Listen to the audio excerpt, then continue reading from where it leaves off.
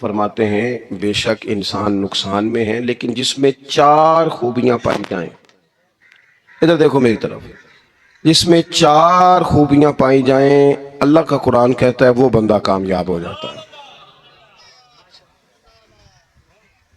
چار خوبیاں اس کے اندر ہو. کون کون سی؟ الا الذین آمنوا. سب نقصان میں نہیں سوائے ان لوگوں کے جو ایمان لائے. سب سے پہلے کیا کرے؟ ایمان ہو اس کے پاس، مضبوط ایمان. وعملوا الصالحات، اور ایمان بھی لائے اور نیک کام بھی کرے. اور صرف نیک کام نہ کرے، وتواصوا بالحق، لوگوں کو حق بات کی نصیحت بھی کرے. اور ظاہر ہے سچ بولے گا، حق بولے گا تو بڑے لوگوں کے مفادات کو ٹھیس پہنچے گی، کچھ لوگوں کو تکلیف بھی ہوگی. تو اب جب تکلیف ہوگی تو پھر مصیبت بھی آئے گی.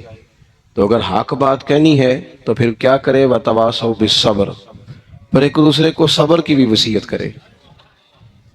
چار چیزیں پائی جائیں: ایمان، اعمال صالحہ، حق کی نصیحت، اس رستے میں آنے والی تکلیف پر صبر. اگر یہ چار چیزیں میسر آتی ہیں تو اللہ کا قرآن کہتا ہے بندہ کامیاب ہے. اور اگر یہ چار چیزیں نہیں تو پھر کوئی بندہ جتنا مرضی دعویٰ کرے، جتنا مرضی شور کرے، جتنا مرضی اعلان کرے، وہ کامیاب ہو سکتا. سب سے پہلے تو اپنا ایمان پکا کریں. یہ جو کچی پکی باتیں کرتے ہیں نا لوگ، بھئی مسلمان جو ہوتا ہے نا، مسلمان وہ لاوارث نہیں ہوتا، وہ وارث والا ہوتا ہے. اس کا رب ہر وقت اپنی رحمت سے اس کی حفاظت کرتا ہے. مسلمان ہر وقت نبی پاک علیہ السلام کی نگاہ کرم میں رہتا ہے. اسے کمزور باتیں نہیں کرنی چاہیے کہ میرے کو پیچھے چڑھ گیا تو پتہ نہیں کیا ہو جائے گا، برادری مخالف ہو گئی تو پتہ نہیں کیا ہو جائے گا، سچ بول دوں گا تو لوگ پتہ نہیں مجھے مار دیں گے. ایسا ہو نہیں سکتا.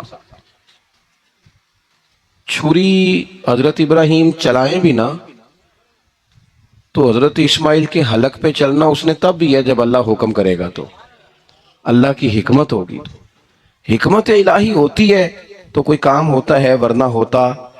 تو اپنی طبیعت میں مضبوط ایمان، توکل، اللہ پہ بھروسہ، مضبوطی افکار کی، کچی باتیں نہیں.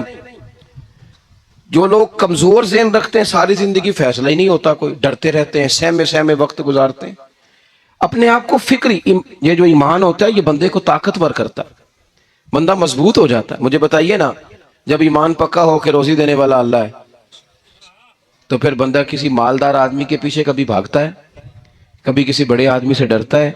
جب اسے پتا ہو کہ عزت اور ذلت اللہ کے دستے قدرت میں ہے، پھر وہ سیاستیں، سازشیں، یہ کام کرتا ہے.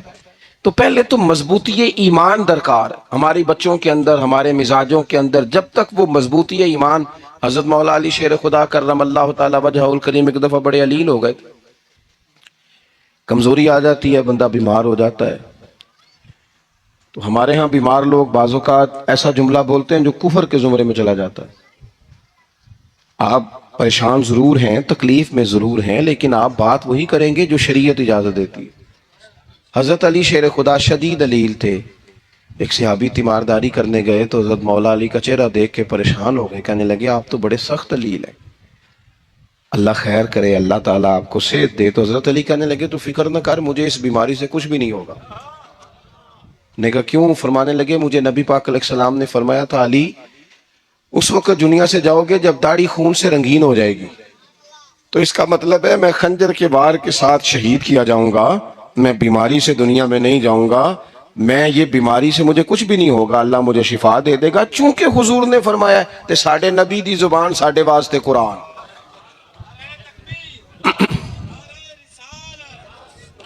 تو سب سے پہلے تو اپنے ایمان کے اندر، توکل کے اندر مضبوطی پیدا کریں. مسلمان دیکھو نا، نماز پڑھنے سے روزی میں برکت ہوتی ہے کہ نہیں؟ ویسے جو چوپ ہے ان کی بھی ہوتی ہے کہ نہیں؟ نماز پڑھنے سے روزی میں برکت ہے. تو پھر اس کا مطلب یہ ہے کہ جب ٹائم آئے نا نماز کا تو گاہک جتنے مرضی کھڑے ہوں پھر دکان بند کرنی چاہیے، پھر نماز پڑھنی چاہیے، کیونکہ روزی تو اللہ نے دینی ہے، گاہکوں نے تو دینی. تو سب سے پہلے ضروری ہے مضبوطی ایمان. میری طرف دیکھیں جی، آپ ویڈیو ضرور بنائیں پر میری طرف بھی تو دیکھیں نا جی، اللہ آپ کو خوش رکھے. موبائل اللہ تو مہنگے مہنگے دے وے پر ساری دیڑی یہ کام تری نہ کروں. آپ بنائیں ضرور, میں ویڈیو بنانے سے منع نہیں کرتا, سارے بنائیں بے شک, پر دیکھیں میری طرف, میری بات پر غور کریں. دوستو, مضبوطی ایمان, توکل, اللہ کی ذات پر بھروسہ. آپ کبھی میدان کربلا کا پورا نقشہ اپنے سامنے رکھیں نا, پورا نقشہ. دو چیزیں ہیں, امام حسین کو نظر آ رہا ہے اب شہادت ہو جائے گی, اتنی بڑی فوج آئی ہے, خدا کی حکمت کے تقاضے سمجھ میں آ رہے ہیں, حالات کیا ہوں گے سمجھ آ رہی, پر ایک لمحے کے لیے بھی ان کا توکل کمزور نہیں ہوا. اپنے رب پر جو مضبوط بھروسہ ہے, مضبوط. سیدہ طیبہ طاہرہ حضرت فاطمہ الزہرا رضی اللہ تعالی عنہا نا اونٹ کے بالوں کی بنی ہوئی چادر اوڑھ کر چکی پیس رہی تھی. یہاں بیویاں بڑا روتی ہیں, غریبی بڑی ہے, بڑی غریبی ہے. حالانکہ اب کون بندہ پیبند والے کپڑے پہنتا ہے جی, دور ہی گزر گیا. اب تو بڑی مشکل سے وہ لوگ ملتے ہیں جو جوتا ٹوٹ جائے تو گانٹھ کے پہنے, ورنہ تو نئے جوتے آ جاتے ہیں. حضرت سیدہ پاک اونٹ کے بالوں کی بنی ہوئی چادر اوڑھ کے چکی پیس رہی تھی. نبی پاک صلی اللہ علیہ وسلم نے دیکھا, آنکھوں میں آنسو ضرور آئے, پر محبوب نے فرمایا فاطمہ دنیا میں تھوڑی سی تکلیف برداشت کرو, قیامت کی ساری عزت اللہ آپ کو ہی عطا فرمائے گا. تو توکل کی مضبوطی, اللہ کی ذات پر بھروسہ, اپنے رب کریم کے ساتھ امیدوں کا وابستہ کرنا, اس سے مضبوطی آئے گی. دوسرا فرمایا وَعَمِلُوا الصَّالِحَاتِ, بہترین عمل کیا جائے زندگی میں, نیک اعمال کیے جائے, وقت ضائع نہ کیا جائے. ہر وقت کوئی نہ کوئی کام بندہ کرتا رہے. یہاں بہت سارے لوگ ہیں جن کو لوگ نیک کہنا شروع کر دیتے ہیں نا, وہ سمجھ لیتے ہیں شاید ہم سچی مچی نیک ہیں. لوگ جو کہتے ہیں حضرت صاحب قبلہ, پیر صاحب قبلہ, میں یہ طالب علموں کو, دوستوں کو, بلکہ اپنے آپ کو بھی کئی دفعہ کہتا رہتا ہوں, اپنے آپ کو سمجھاتا ہوں کہ یہ لوگ تجھے کہہ رہے ہیں حضرت صاحب, یہ تو رات کو تو اپنے آپ سے پوچھنا, اپنے رب سے پوچھ. کبھی موقع ملے تو اپنی گریبان میں جھانک, غور کر کے تیری کیفیت کیا ہے. تنہائی میں تیرا دل اللہ سے جڑتا ہے کہ نہیں, عبادت میں دل لگتا ہے کہ نہیں, خدا کا خوف دل میں رہتا ہے کہ نہیں, غریب کی محبت, عزیزوں قربت والوں کا احساس طبیعت میں موجود رہتا ہے کہ نہیں. ویسے تو میرا مطلب ہے, لوگ کہہ دیتے حاجی صاحب آپ بڑے سخی ہیں, تو اس سے تو نہیں نا بندے نے سخی ہونا. سخی تو تب ہونا ہے جب اللہ کی بارگاہ میں مقبول ہو. اعمال صالحہ, نیک کام, اور وہ کرتا رہے بندہ, کوئی بھی کام اسے نیکی کا مل جائے نا. دیکھو نبی پاک صلی اللہ تعالی علیہ وسلم نے فرمایا نیکی کو کبھی حقیر نہیں سمجھنا, کبھی حقارت سے نہیں نیکی کرنی کہ یہ بڑی چھوٹی ہے تو میں اس کو کروں. اب فرمایا کبھی حقیر نہ سمجھنا, نیکی کا کام جو بھی ملے کر دینا. فرمایا اگر بھائی سے مسکرا کے ملو گے بھی نا تو اس پر بھی اللہ تمہیں صدقے کا ثواب عطا کرے گا. ہم تو اس دین سے کے ماننے والے ہیں جو کہتے ہیں تو گلی سے روڑا اٹھا دے, کانٹا اٹھا دے, کسی کی تکلیف دور کر دے, کسی اس پر گنجائش کر دے, کسی کے لیے آسانی کر دے, جو بھی خیر کا کام میسر آئے پورے دن میں اسے چھوڑے نہیں. صبح گھر سے نکلیں, وہ ایک صحابی تھے غالباً تابعی تھے, تو بازار جاتے اپنے غلام کے ساتھ تو سارا بازار گھوم کے واپس آ گئے. خادم نے کہا جناب کو نہ کوئی خریدا نہ کچھ بیچا, تو آپ سارا بازار گھوم کے آ گئے. فرمانے لگے تیرا کیا خیال ہے, میں نے کچھ بھی نہیں کیا. کہا جناب پھر کیا کیا ہے؟ فرمانے لگے تم نے دیکھا جو بندہ بھی گزرا ہے میں نے اس کو کہا السلام علیکم, تو کتنی کو نیکیاں میں جمع کر کے آ گیا ہوں. کوئی خیر جو میسر آئے. ہم سمجھتے ہیں کہ شاید کوئی کروڑ کو روپیہ ہوگا تو پوری مسجد بناؤں گا تو پھر میں نے نیکی کر دی, شاید جناب میں, حالانکہ یہ چھوٹے چھوٹے کام ہے نا, چھوٹے چھوٹے کام, ان سے تو ان کی تو زیادہ ضرورت ہوتی ہے, ان کی تو زیادہ حاجت ہوتی ہے. کوئی آپ رستے میں گزر رہے ہیں تو نیچے کوئی کھڈا بنا ہوا ہے, تو اس پر ہم کیا کرتے ہیں, گاڑی میں بیٹھ کے تبصرہ کرتے ہیں اے روڈ کھورے کدوں بننا ہے. بھئی یہ کھڈا ہے نا, تو آپ نیچے اترے نا, تو آپ دھابڑا لیں نا, کئی پکڑے نا, یہ تو 5 منٹ کا کام ہے, یہاں آسانی کر دیں نا, آپ اس میں گنجائش کر دیں. حضور سید عالم علیہ السلام نے فرمایا, امام راضی نے حدیث لکھی ہے, قیامت کے دن ایک بندے کو اللہ معاف کرے گا تو مالک وہ بندہ عرض کرے گا یا اللہ میں تو بڑا گناہگار ہوں, کس وجہ سے معافی ہوئی؟ فرمایا رات کے وقت تو گزر رہا تھا، تیرے پیر سے روڑا ٹکرایا تھا، تو نے اٹھایا ادھر ادھر دیکھ کے کہ کوئی اللہ کے کسی بندے کو تکلیف نہ ہو جائے. کہا مالک کو وہ تو میں نے زمانہ بیت گیا، کوئی اتنی بڑی بات بھی نہیں سمجھی. تو رب کریم نے فرمایا تو رات کے اندھیروں میں بھی میرے بندوں کا خیال رکھتا تھا تو میں تیرا خیال نہ کروں؟ کوئی عمل ہمارے ہاں لوگ کوئی کام نہیں کرتے، بالکل نہیں، کوئی کام نہیں، نہ بڑے نہ چھوٹے نہ سمجھدار نہ ان پڑھ، کچھ بھی نہیں. نشستن گفتن برخاستن، بیٹھو راج کے گپے مارو، تبصرے کرو فلانا کچھ نہیں کر رہا، فلانا کچھ نہیں کر رہا، اس کے بعد اٹھ کے چلے جاؤ. کچھ کریں، وعملوا الصالحات، نیکیاں جمع کریں زندگی میں، خزانہ بنائیں، خزانہ، اپنی ڈیوٹیاں اپنی ذمہ داریاں پوری کریں. ہر وقت کام، ہر وقت ذمہ داری، ہر وقت ڈیوٹی. دیکھیں نا امام حسن اور حسین، ان کی آپ کبھی زندگی کا مطالعہ کریں. فرض نماز کے علاوہ 100 رکعت نماز نفل روز پڑھنی ہے. پتہ کرنا ہے غریب کہاں کہاں ہیں، ان کا خیال رکھنا ہے، اور نیرے پیسے نہیں دینے. ہمارے لوگ غریبوں کو پیسے ضرور دیتے ہیں، عزت نہیں دیتے. ان کو 4 پیسے کی مدد ضرور کر دیتے ہیں، پر عزت نفس کا خیال نہیں رکھتے. امام زین العابدین رضی اللہ تعالیٰ عنہ فرماتے ہیں، گزر رہے تھے، آپ دیکھیں نا امام غزالی حدیث لائے ہیں کہ بندہ اور کچھ نہ کرے، کسی مومن کا دل راضی کر دے تو اللہ 60 سال کی نفلی عبادت کا ثواب عطا کرتا ہے. دل بدستاور کے حج اکبر است، از ہزارہ کا یک دل بہتر است. کسی کا دل خوش کر دینا، اس کو راحت دے دینا، اس کو قرار دے دینا، اس کے لیے کوئی ایسا سامان کر دینا کہ بندہ مطمئن ہو جائے، سکون ہو جائے. یہ ہمارے ہاں جو لوگ ہوتے ہیں نا سرکاری ملازمین، ڈیوٹیوں والے، ان کی طبیعتوں میں تلخی ہوتی ہے. یہ اگر صرف پیار کرنے لگ جائے نا، میں کچھ میڈیکل سے وابستہ لوگ میرے احباب میں سے ہیں تو میں ان سے کہتا ہوں کہ شفا تو اللہ نے دینی ہے، چلو تم دوائی تو آج کے دیا کرو نا، تم آنے والے کی بات تو توجہ سے سنو. وہ بیچارہ اپنی بات، ہمارے ایک بزرگ تھے تو تعویذ لکھا کرتے تھے، بڑے عالم تھے.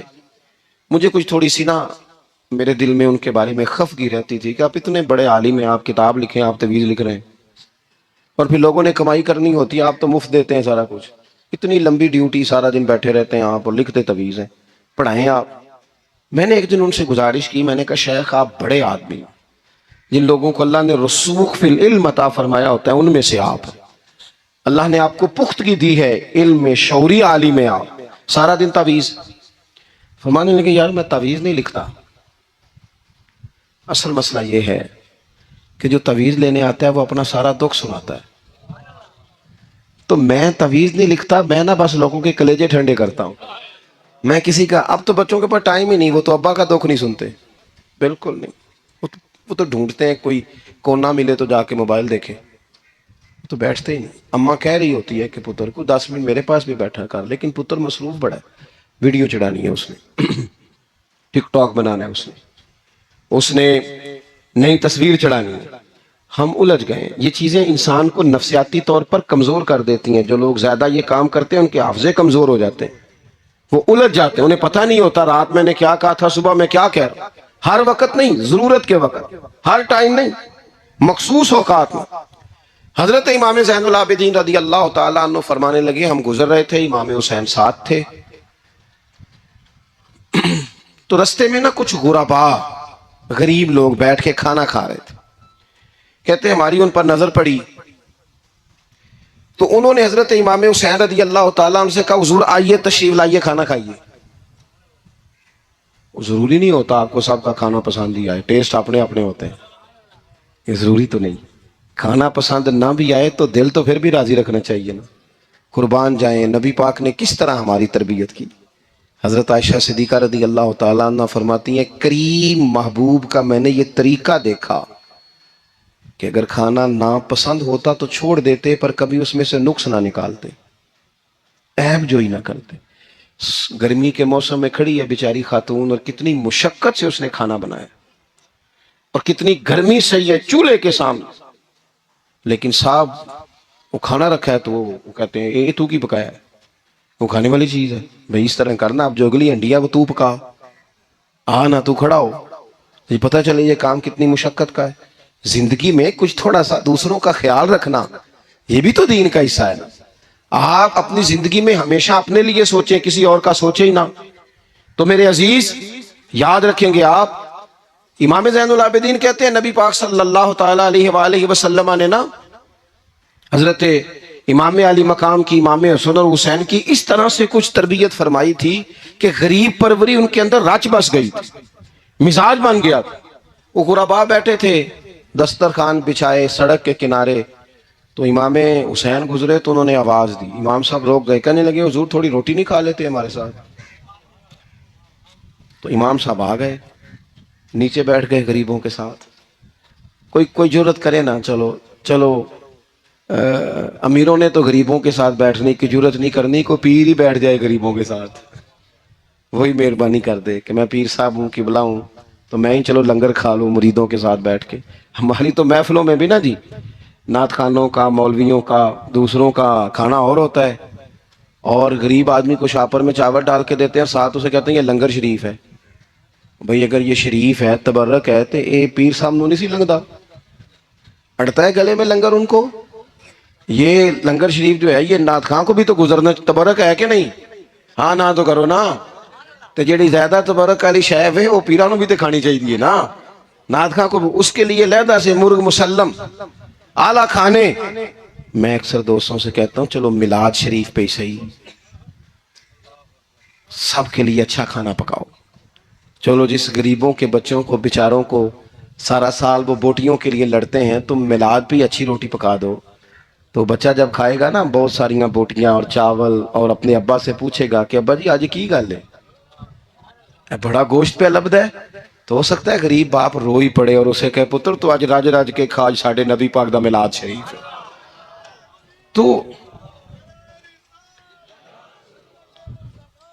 تو امام حسین رضی اللہ تعالیٰ عنہ نا آ کے غریبوں کے بیچ بیٹھ گئے زمین پہ، انہوں نے کہا کھائیے، تو وہ جس طرح وہ کھا رہے تھے نا سادے برتنوں میں، امام حسین کھانا کھانے لگ گئے۔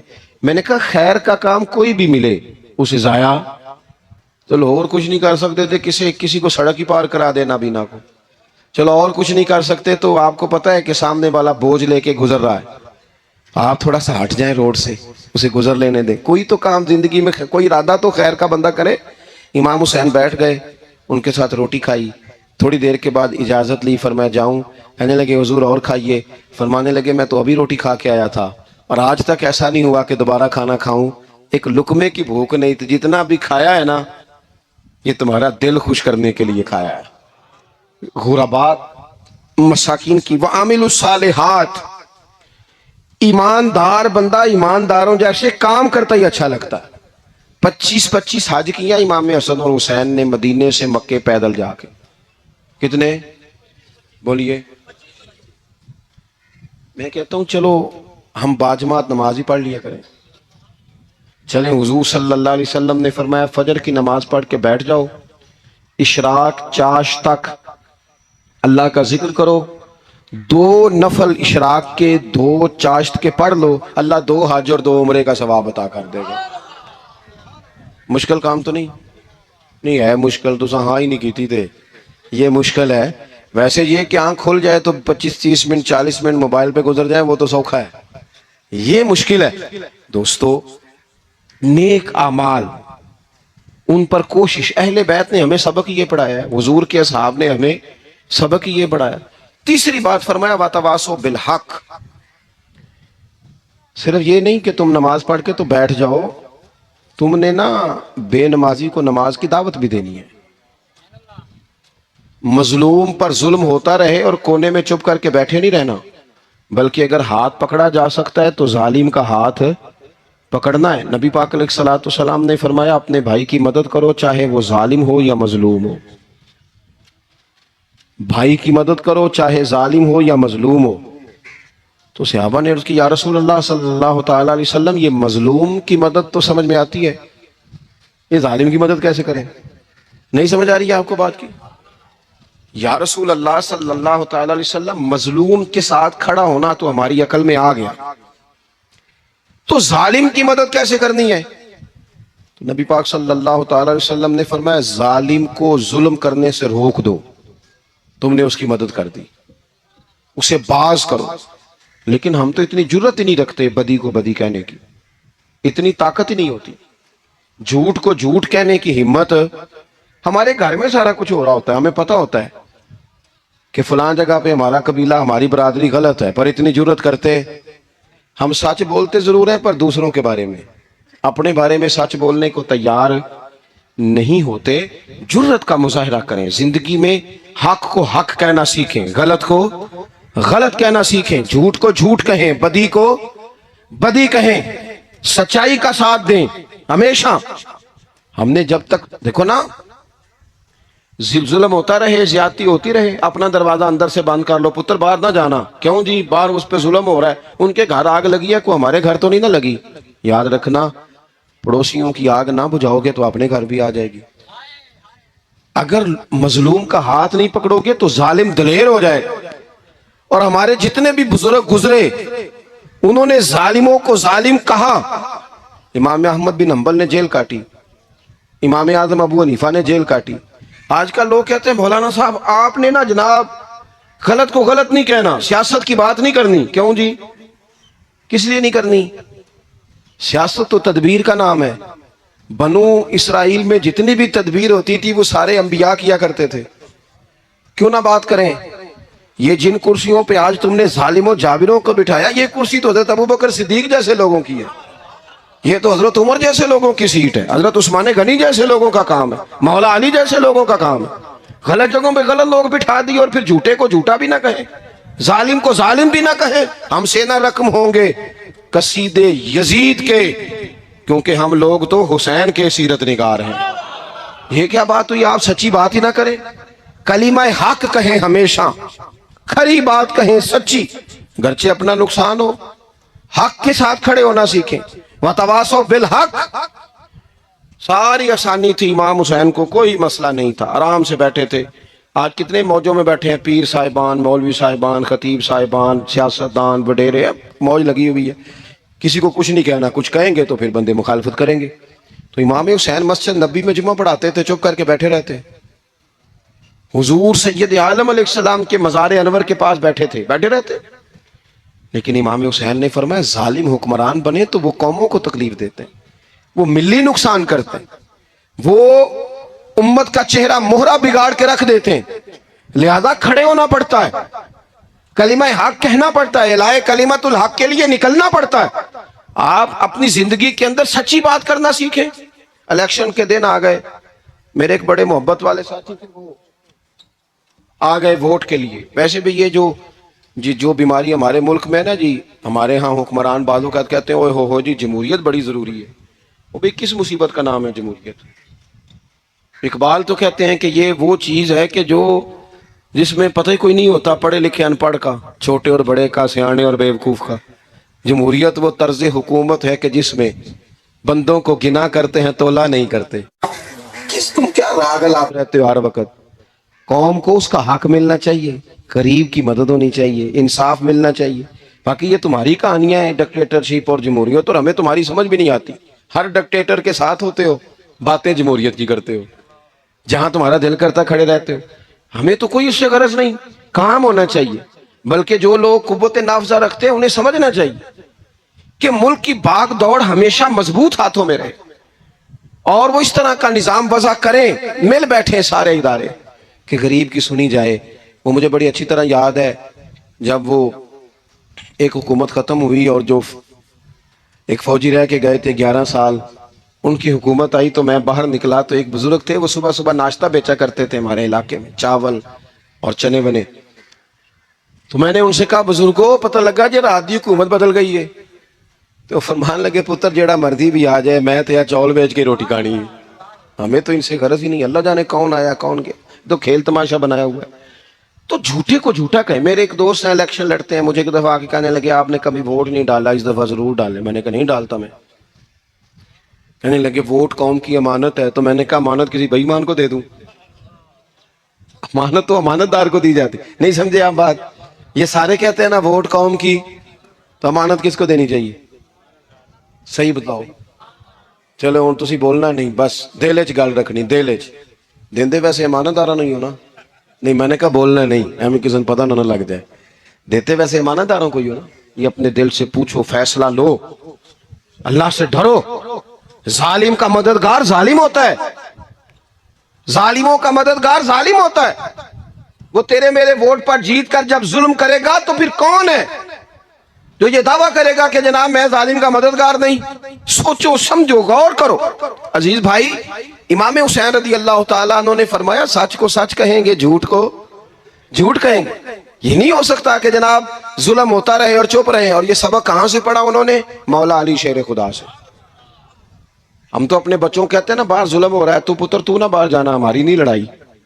لیکن جب حضرت عثمان غنی رضی اللہ تعالیٰ عنہ پر بلوائیوں نے حملہ کیا نا، تو چونکہ حضرت عثمان غنی خالو تھے امام حسن اور حسین کے، حضرت عثمان خالو ہیں، سگے خالو ہیں، تو حضرت مولا علی شیر خدا نے یہ نہیں کہا کہ پتر اتنے بندے آ گئے ہیں، تلواریں ہیں، محاصرہ ہے، باہر نہ نکلنا، بلکہ حضرت مولا علی نے خود اپنے دونوں بیٹوں کو تلواریں پکڑائیں اور حضرت عثمان غنی کے دروازے پہ کھڑا کر کے کہا پتر خیال رکھنا تمہارے ہوتے ہوئے کوئی بھی شخص حضرت عثمان غنی کا دروازہ نہ کراس کر پائے.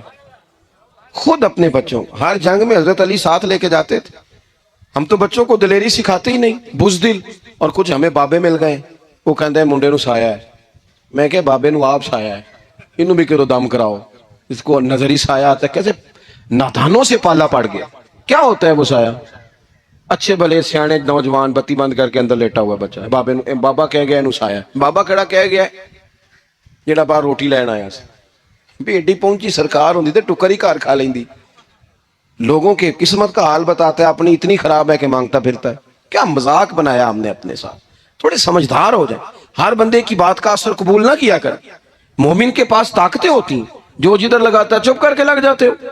ان الذین قالوا ربنا اللہ ثم استقاموا تتنزل علیہم الملائکہ. اللہ کہتا ہے تو ڈٹنا سیکھ، رب کا نام لے کے ڈٹ جا، رب تیری مدد کے لیے فرشتے بھی نازل کر دے گا. کوئی کھڑے ہونا سیکھیں، جس کا جو ماننا آتا ہے وہ تباہی کر کے گزر جاتا ہے. بالکل قطعاً نہیں. تو امام حسین نے صحیح کو صحیح کہا، غلط کو غلط کہا، اور ڈٹ کے کہا، اور پورے وثوق سے کہا، اور پوری وہ حضرت امام ابو مالک کھڑے تھے نا، تو یہ بادشاہ بڑی بڑی غلط باتیں بھی کرتے ہیں. اچھا چلے صحیح بتائیں آپ. میں آپ کو اپنی بات بتاتا ہوں. کئی دفعہ ایسے ہوتا ہے، کئی دفعہ کہ بات کوئی ہو جاتی ہے، کر لیتے ہیں، تو کوئی ساتھی توجہ دلاتا ہے کہ آپ تو بولتے بولتے یہ کہہ گئے، تو احساس ہوتا ہے ہو یار غلطی ہو گئی. ہو جاتا ہے. بڑے بڑے جو محدثین تھے، بڑے بڑے لوگ، انہوں نے کہا یار ہماری یہ رائے تھی، پھر اس کے بعد ہمیں یہ پتہ چل گیا، اب ہماری رائے بدل گئی ہے. اس کو رجوع کرنا کہتے ہیں. بڑے بڑے لوگوں نے کر لی. لیکن ہماری سیاسی جماعتوں کا حال یہ ہے کہ ان کے کسی کارکن سے پوچھے نا تمہارے لیڈر نے کبھی غلطی کی ہے؟ کیوں کیا نہیں؟ کیوں؟ معاذ اللہ یہ فرشتے کیا ہے؟ یہ غلطی نہیں کر سکتے؟ اگر بڑے بڑے لوگ کہتے ہیں یار یہاں ہم بھول گئے تھے، حتیٰ کہ صحابہ کرام علیہم رضوان اپنی رائے سے رجوع کرتے، یہاں کیا حال ہو گیا؟ کس چکر میں ہم پڑ گئے؟ جماعتوں کو بت نہ بناؤ، وہ جماعتیں رہنے دو، اگرچہ بت ہیں جماعت کی آستینوں میں، پر مجھے حکم اذان لا الہ الا اللہ. تو سچ کو سچ، جھوٹ کو جھوٹ. حضرت امام ابو مالک کھڑے تھے تو ہارون رشید بادشاہ تھا. کچھ بڑے خوش آمدی لوگ ہوتے ہیں، نہیں جی نہیں سرکار آپ کی تو کیا بات ہے. کیوں جی اتنی تعریفیں کیوں کر رہے ہو؟ کہتے ہیں اس نے خرچہ کیا، مسجد بنوا کے دی ہے، یہ جناب چندے دیتا ہے. وہ خدا کے بندو، چندہ دینے کا مطلب یہ جو مرضی کہا جائے. حضرت امام مالک ہارون رشید کے بڑے بادشاہ کے دربار میں کھڑے تھے، کسی بڑے کے، ہارون رشید تھا یا کوئی اور تھا. تو وہ نا مکھی بار بار بادشاہ کو تنگ کرتی. مکھی کئی دفعہ نہیں قابو آتی، 3-4 بندے بھی لگ جائیں تو نہیں قابو آتی، پکڑی نہیں جاتی. مکھی جو ہوئی، وہ مکھی بڑا تنگ کر رہی تھی. تو اس نے غلط جملہ کہہ دیا، غلط کہنے لگا معاذ اللہ ثم معاذ اللہ، نقل کفر کفر نہ باشر. کہنے لگا امام مالک سے کیا ضرورت تھی اللہ تعالیٰ کو یہ مکھی کیوں بنائی؟ اللہ کی تخلیق پر اعتراض کر رہا ہے معاذ. اب خوش آمدی کو بندہ ہوتا تو کہتا جی وہ مسئلہ یہ ہے جی، وہ اصل بات یہ ہے جی، آپ بیٹھیں جی، ٹھنڈے دماغ سے سمجھاتا ہوں. لیکن وہ نشے میں چور ہے نا، تخت پہ بیٹھا ہے، سخت بات کر دی کہ کیوں بنائی مکھی. تو امام صاحب اٹھ کے کھڑے ہو گئے، ہاتھ میں چھڑی پکڑی تھی، زور سے زمین پہ ماری. فرمانے لگے یہ مکھی نا اللہ نے تیرے جیسے لوگوں کا غرور توڑنے کے لیے بنائی ہے کہ سنبھالی تو تم سے مکھی بھی نہیں جاتی، تو دعوے بڑے کرتے ہو کہ تیرے جیسے بندوں کا غرور توڑنے کو بنائی ہے. چپ کر گیا، کہنے لگا حضور غلطی ہو گئی تھی، آئندہ نہیں کروں گا. تو آپ جب جھوٹ کو جھوٹ کہتے ہیں اور سچ کو سچ کہتے ہیں، حق کی تعریف کرتے ہیں، باطل کو بیان کرتے ہیں، پھر لوگ مخالفت کرتے ہیں۔ اب جب لوگ مخالفت کریں گے پھر تکلیف آئے گی۔ تکلیفیں بڑی سونی ہوتی ہیں۔ جب تکلیف آئے تو رب کہتا ہے وَتَوَاصَوْا بِالصَّبْرِ، اب ایک دوسرے کو صبر کی نصیحت کرو۔ یہ جب دکھ آتے ہیں نا، دکھ بندے کو نرم کر دیتے ہیں، بیماری نفسانی خواہشات کو ختم کر دیتی ہے۔ بیمار بندہ، اس کا کسی غلطی کی طرف دھیان ہی نہیں رہتا، وہ پورا جڑ جاتا ہے اپنے رب سے، اس کے اندر سے نفسانی خواہشات ختم ہو جاتی ہیں۔ جب آپ دکھی ہوتے ہیں نا، پھر کوئی سجدے کا مزہ آتا ہے، پھر کوئی دعا میں لطف آتا ہے، پھر کوئی رب سے دل لگانے میں مزہ آتا ہے، پھر دل کرتا ہے کہ کوئی بندہ موجود نہ ہو، میں اکیلا ہوں مسجد میں، رج کے یاد کروں اپنے مالک کو۔ جب آپ صبر کرتے ہیں، قرآن پاک میں نا کم و بیش کوئی 99 کے قریب، 90 سے زیادہ مرتبہ صبر کا ذکر ہے، اور محدثین نے تصریح کی ہے کہ کوئی 500 کے لگ بھگ حدیث پاک میں صبر کا ذکر ہے۔ حوصلے سے، صبر سے، وَتَوَاصَوْا بِالصَّبْرِ، صبر بندہ کر کے دکھائے، اس کے اندر حوصلہ ہو، دلیری ہو۔ ہم نہ جلد باز ہو جاتے ہیں، بعض بزرگ بھی ناراض نہ ہوں تو وہ بھی بڑے جلد باز، فٹافٹ کام ہونا چاہیے، بعض بچے بھی، بعض جناب سیانے لوگ، بڑی جلدی ہے۔ بندے نے روزہ رکھا ہوا نا گرمیوں کا، تو عصر کے وقت اگر وہ بڑا سوڑا پڑ جائے نا تو روزہ پھر کھل جاتا ہے۔ بولیے بڑی جلدی ہے جی، بڑی ٹینشن ہے جی، بڑا لگ رہا ہے، تو کھل جائے گا یہ کہنے سے؟ اس نے کب کھلنا ہے؟ بولیے آپ کو تکلیف ہو گئی، آپ کو خدا نہ خواستہ ڈاکٹر نے کہا چھوٹا سا آپریٹ کرنا ہے آپ کا، شام کو ٹھیک ہو جائیں گے جی؟ تو جلدی بڑی، درد بڑی ہو رہی، جلدی کریں ڈاکٹر صاحب۔ تو ڈاکٹر کہتا ہے پہلے خون ٹیسٹ کرا، پھر بلڈ پریشر اپنا چیک کرا، پھر شوگر چیک کرا، پرسوں رپورٹ آئے گی، پھر شام کو لے کے آنا، پھر ٹائم دوں گا، پھر ٹائم دے گا، پھر آپریٹ کرے گا، پھر دوائیاں لکھے گا، پھر آپ کو آرام کا مشورہ دے گا، پھر 2-3 ماہ لگیں گے، پھر طبیعت پوری طرح۔ تو کرنا کیا پڑے گا؟ صبر۔ کیا کرنا پڑے گا؟ صبر۔ صبر زندگی میں ضروری ہے، اگر صبر نہیں تو پھر کوئی کام بھی۔ اپنے مزاج میں حوصلہ لائیں، حلم ہو، بردباری ہو، صبر ہو، تحمل ہو۔ امام علی مقام رضی اللہ تعالیٰ عنہ کو آپ دیکھ لیں، میدان کربلا پورا پڑھ لیں، آپ پوری تاریخ روایات کھنگال کے دیکھ لیں، سامنے تلواریں تھیں یزید کے لشکر کے پاس، امام کے پاس حوصلہ تھا۔ وہاں ظلم و جبر ہو رہا تھا، یہاں حوصلہ، حلم، بردباری، اعلیٰ ظرفی، کرم۔ دوستو جب صبر اور تلواریں آپس میں ٹکرائی نا، صبر اور تلواریں، تو تلواریں ہار گئیں، صبر جیت گیا۔ صبر ہمیشہ جیت جایا کرتا ہے۔ بعض اوقات تھوڑا ٹائم لگ جاتا ہے، تھوڑا سا وقت، کچھ چیزوں کی لوگوں کو فوراً سمجھ نہیں آتی، ٹائم گزرنے کے وہ کافی دیر کے بعد احساس ہوتا، اوہو وہ تو ٹھیک تھا، احساس۔ لیکن آپ زندگی میں تھوڑا تحمل، تھوڑی بردباری، آپ یقین کریں ہم جب لڑائیاں کرتے ہیں نا، کسی سے بحث کرتے ہیں، کچھ ایسی باتیں کر جاتے ہیں کہ بعد میں ہمیں احساس ہوتا ہے یار زیادہ سخت بات ہو گئی، مانتے نہیں، لیکن بعضوں کا خیال ہوتا ہے یار اوہو یہ نہیں کہنا چاہیے تھا، لیکن وہ بات غصے میں نکل جاتی ہے، صبر ہوتا نہیں، پھر وہ خرابی ہوتی ہے۔ اپنی زندگی میں صبر، یہ تھوڑی بہت جو تکلیفیں آتی ہیں نا، میں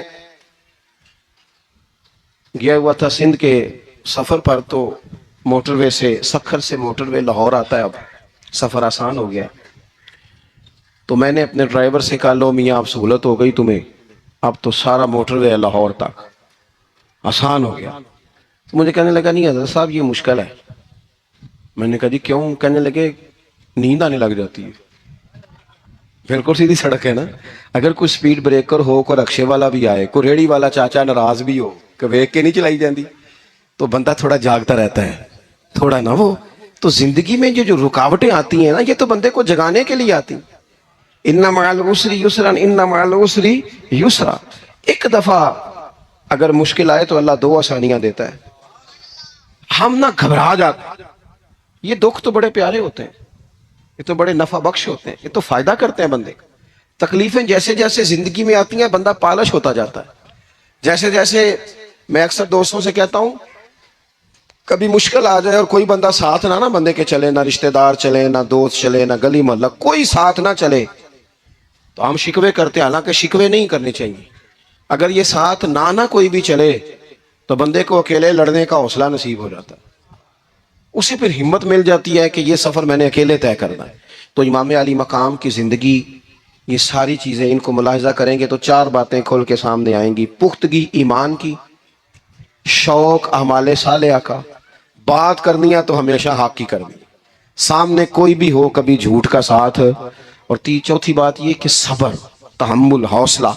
میں نے قرآن مجید ایک جگہ سے اور تلاوت کیا تھا، وہ بھی تھوڑی سی بات آپ سے عرض کرنی ہے، پھر میں بات ختم کرنے لگا ہوں. یہ جو حضور کے صحابہ اور اہل بیت ہے نا، ان کا آپس میں بڑا گہرا رشتہ ہے، بڑا خوب پیار ہے ان کا. کچھ لوگوں کی نا دکان تب چلتی ہے جب وہ ان کا اختلاف ثابت کریں، دکانیں تب چلتی ہیں. چونکہ نبی پاک صلی اللہ علیہ وسلم نے فرمایا شیطان مایوس ہو گیا ہے، اب وہ لوگوں سے بت پرستی نہیں کرا سکے گا لیکن تمہیں لڑائے گا. تو یہ معاذ اللہ اتنے ظالم ہے کہ صحابہ اور اہل بیت کو لڑا دیتے. خدا کے بندو، تمہیں پتہ ہی نہیں تم کن کی بات کر رہے ہو. پہلے اپنی حیثیت دیکھو، یہ لوگ کتنی شانوں والے ہیں، تم کن کا تذکرہ کر رہے ہو. ان کے تو نام لیتے وقت کئی دفعہ ڈر آتا ہے کہ زبانیں بھی اس قابل ہیں کہ نہیں.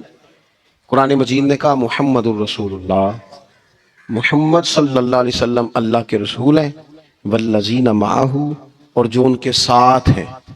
یہ قرآن پاک کے 2 جملے ہمیشہ یاد رکھیں، تاریخ رکھیں سنبھال کے لوگ اپنے